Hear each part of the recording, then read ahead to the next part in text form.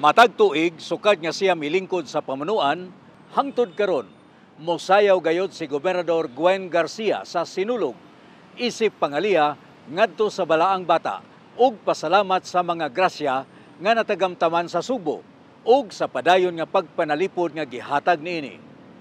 Apan karong milabay nga duha ka tuig, daghan ang nahiaguman sa lalawigan sa Sugbo.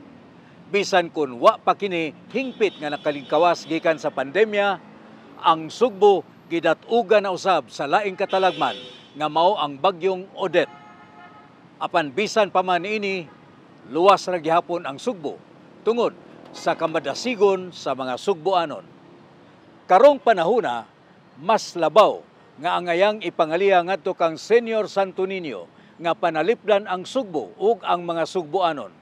Apil na ang panginabuhian sa katawhan ug bisan pa man sa mga katalagman, magpasalamat usab si Gobernador Gwen ug iya kining ipaagi sa pangaliya diha sa sayaw nga nagpadayon paghihapong nagbarog nga lig-on ang Sugbo.